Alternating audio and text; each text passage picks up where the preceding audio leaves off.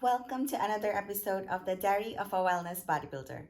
I'm Sumaiya, your host, and today we are going to be talking about competitive bodybuilding. Is it worth it?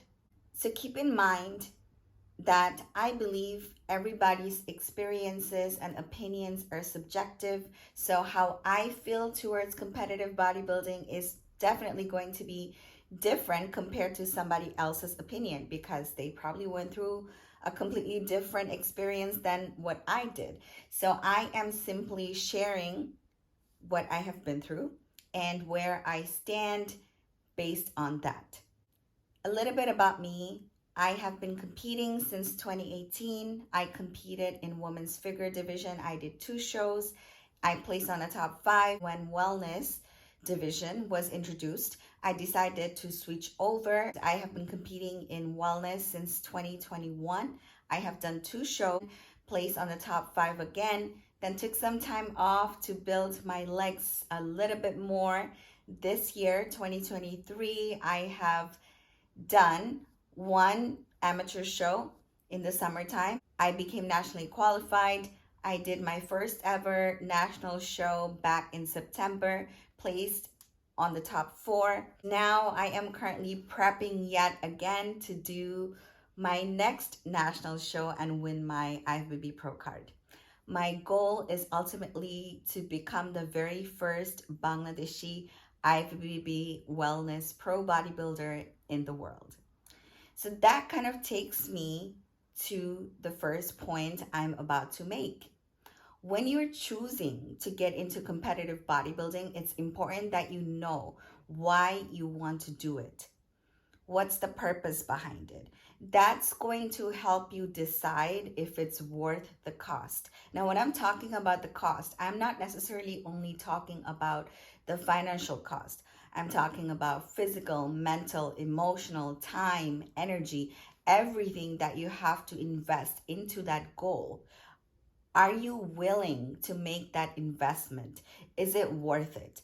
Now, if you just want to do a show because that's a milestone you have set for yourself, that, okay, I have done a bodybuilding show, X, Y, and Z, which is completely fine. Versus if your goal is something way bigger, then your cost that you're willing to pay for that goal would be a lot more than someone who just wants to do a show to do a show. Now, I mean no disrespect whatsoever by saying that. Just know what your why is. For me, I went into competitive bodybuilding with nothing more than just wanting to make myself better version of myself, because I did not necessarily have good role models growing up, especially coming to America as an immigrant, as a teenager. I was so confused about my identity, about my roots, who I'm supposed to be, what I'm supposed to do, because there's such a disconnect, at least when I came to America in 2005, after the 9/11 incident, me coming from a Muslim family where, there was such different philosophies when it came to lifestyle in Asia, especially in a Muslim household versus here in America. Certain things that were very taboo and that I wasn't allowed to do, it was really confusing for me. And all I wanted to do was to figure out who I really am and who I can become, how I can improve myself, pick up some life skills. I lacked discipline. I lacked perseverance. I lacked a lot of skills like organization, prioritization. Things like that was not necessarily being brought to surface because I was so freaking confused about everything that was going on around me. And my parents did, until this day, do their best. But keep in mind, coming to America as a teenager, your assimilation process is a lot different compared to your parents who are already full grown adults working a job, paying bills in their 30s and 40s. So I simply went into bodybuilding wanting to become all that I could be. That was my only expectation. Now, it could be different for somebody else. As I found that and I realized the amount of commitment that I needed to have to even look a certain way, because competitive bodybuilding is very aesthetic based, I realized the different styles of training. Because before I got into competitive bodybuilding, I was going into the gym just to lift heavy, just because I didn't feel strong enough. I didn't feel safe enough. So I wanted to be able to lift heavy, feel strong, be able to defend myself if anything was to happen to me, given that I was a survivor of sexual abuse. I had just gotten out of an abusive relationship at that time. So my physical safety was important for me. And the way I figured I would make myself safer was to become physically strong and to build muscle. So that's what I did. But going into competitive bodybuilding, wanted to look a certain way as well. So that's when my goal changed from just wanting to be strong to wanting to look a certain way. And then from then along the way, I started to develop these other skills of learning how to eat to have the energy, how to feel better, because I am epileptic. So I used to feel weak and dizzy and tired all the time. So bodybuilding kind of taught me my triggers and it pushed me to get enough rest. I slowly stopped drinking alcohol or smoking weed or any of that. I started making eating a priority. It started to teach me how to set boundaries and stop being a people pleaser. So that in itself, I would say, is worth it for me. Competitive bodybuilding is worth it because without it, I would have never been able to uncover this version of me that I am today.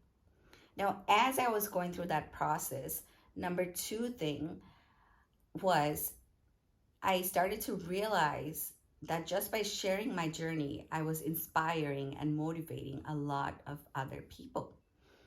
So that became one of my purpose as well. I was like, okay, so this is something I can do. I realized there is no other Bangladeshi IFBB pro in the wellness division. So I made that a personal goal to represent other women like me, other people out in the world to know the name of my country, to become the first. And that just lit a different level of fire in me, as if like it's do or die. It's going to happen. And my faith just grew so much. There are times, the saying faith can move mountain. That's literally been my lifestyle. And I say that because when I made the decision that I wanted to hire a coach for wellness, I went to IBB Pro John Jewett. It was dead center middle of COVID quarantine. I had been laid off from my job. I was living off of government stimulus. I had moved in with my partner just because I couldn't afford to keep paying rent. That's when I made that decision. I was like, you know what? I'm going to make it happen. I'm going to not hold back anymore because life is short and this is what I want. This is my purpose. I have decided I'm going to put all my eggs in this one basket. So I took the little bit of savings that I had and the stimulus check from the government and all that, and I hired a coach that was clearly out of my budget. But I took that leap of faith. Sometimes you need to do that. You may not know where the money is going to come from or what you would end up doing 5 months from now, 10 months from now. But when your vision is so strong, you just have that faith and everything just starts aligning for you sooner or later. You got to have that faith. You got to know what it is. So, my number two reason was to make a difference and to become the first. Days like now, when I don't want to get up to do the extra cardio, I feel it in my bones that I'm so close to that goal. I'm not going to give up. So it's worth it for me putting that little bit of money into my goal. Which takes me to the third point, which is financial. If you're going into competitive bodybuilding thinking that you're going to make loads of money right away because you see how the lifestyle is for Olympians, for Kai Green, for Arnold, for C-Bomb, or whoever you look up to, just know that they did not start out like that. Yes, granted, there are people who are like, they just move up the ladder really quickly. But most people have to put in a lot more time and effort and money to even get a little bit of money back. Because this is not like a job where you just clock in and they give you a paycheck. You have to seek out. There are a lot of avenues to make money, granted. But I went into it wanting to become better and I found my passion. And then you keep going, you keep wanting to make a change, make a difference, add value to people's lives. And little by little, the money starts to come in. Even when the money does come in, unless you're in those huge pro stages or Arnold's or Olympia, it's not a big check that you're going to get on the stage. But there are ways to make money. You can become sponsored by the supplements that you use, by the posing suit that you use, by the shoes. You can create your own coaching program, own posing classes, ebooks, YouTube, content creating, strategy sessions, or courses. The opportunities and the avenues are like endless. The only thing is that no one's going to necessarily come to your door and knock and give you a voucher to make money. You have to hustle. You have to hustle inside the gym, outside the gym, on social media, everywhere to make some money in competitive bodybuilding.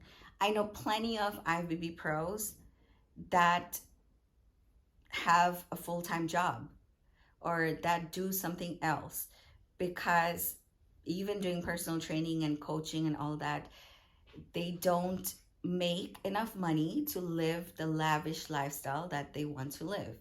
Now, for me, when it comes to financial achievement, one of my main goals out of bodybuilding is to be able to retire my parents.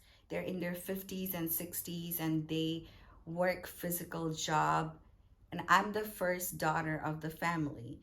I want to be able to help them, and that keeps me going. That makes me create content all day long. That makes me have a game plan and do my own promotions and change the way I post on social media, approach certain people, even if I am not the most social, most, outgoing person out there. If I look up to someone, they're IFBB pro or they're Olympian, and I can learn from them, we can network and go places together. I am willing to push myself out of my comfort zone because I have an ultimate goal of leaving a legacy behind, leaving generational wealth behind, so that in the future, my parents don't have to work. My brother can have an easier life than me. My children one day can do whatever they want to do without worrying about where the rent money is going to come from. So you need to know why you're getting into competitive bodybuilding. It's not a job where you just go to college, get a degree, and find a job in that field. It gives you a lot of freedom, a lot of leeway to become whoever you want to be, to create the life that you want to create. However, it's not for the weak. It's not for people who are not problem solvers. You have to be resilient. You have to be hustling. You have to have grit. And then you do the cost benefit analysis and figure out if that's you, if that's something you want to do, if that's the kind of individual you want to become, then by all means, I would say competitive bodybuilding is 110% worth it for me.